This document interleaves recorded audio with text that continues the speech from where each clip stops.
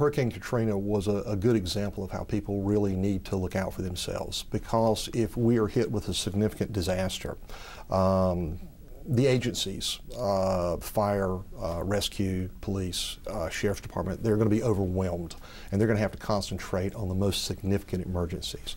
If we get a significant tropical system or a significant storm system, tornadoes, ice storm, whatever, you're going to see numerous trees down. There may be a situation where you literally have to cut yourself out of your own neighborhood, cutting through the trees. I've heard of instances like that. You may be without power for days, if not weeks. So the smartest thing is to actually have a weather survival kit where you've got canned foods, where you've got plenty of water for each person in your household for multiple days. To be honest with you, you need to have enough supplies to take care of yourself for a week at least. You need to have your medications ready to roll. You need to have everything you need for your pets. There have been changes over the years about evacuations, where some shelters now accept pets, but you also need to think, well, what if I'm stuck at home? What if I don't have the opportunity to evacuate? So you need the food, you need the water, you need the medical supplies, you need some cash on hand, because if the power's out, the ATM machines are not going to be working. Fill your cars up with gasoline. If the power's out for a couple of weeks, there may be gas supply shortages in the area.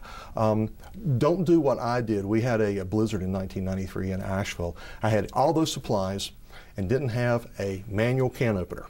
So, you know, just think, just kind of walk around your house and think, what would I do if I had no power, if I had no water, if I was actually stuck here for multiple days?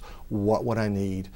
Write yourself out a list, make yourself a supply box, put it away in your pantry or a closet, and then if we have an ice storm, if we have a hurricane, if we have a tornado outbreak, you're set and ready to roll.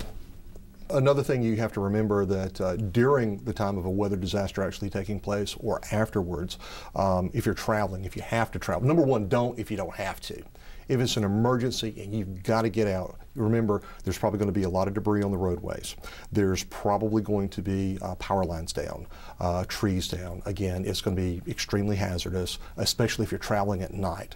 And then if we get into the situation where we're having flooding. An interesting fact, after Hurricane Floyd, more people died after the sun came out in North Carolina than were actually killed during the actual storm itself, because of flooding. Flooding is a situation that actually kills more people in the United States than any other weather-related fatality.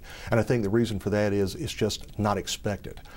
You're driving along, you see standing water on the roadway, you think it's not that deep. Well, it only takes about 2 feet of water to actually lift a car and float it. And what would happen is you get floated off the road. As your vehicle goes off the road, it flips, goes upside down potentially, and then you're trapped in the vehicle, and then something really bad is even worse than floating down the road or floating into the stream is going to happen at that point. So again, anytime you're dealing with flooding, anytime you're dealing with a weather disaster, if you do have to travel, you just need to use extreme caution, because the hazard level increased exponentially with your travels at that time.